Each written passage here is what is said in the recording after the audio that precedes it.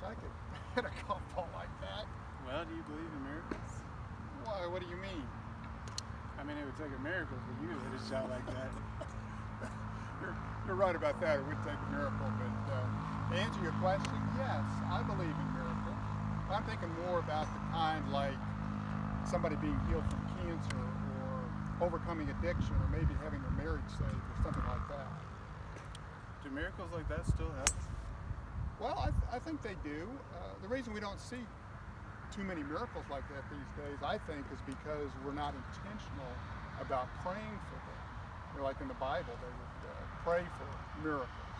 Can you pray for miracles? Yeah, you can. In fact, we're going to have a workshop on healing prayer at Grace Celebration Lutheran Church on Saturday, May 4th, and then an actual healing service on Sunday, May the 5th.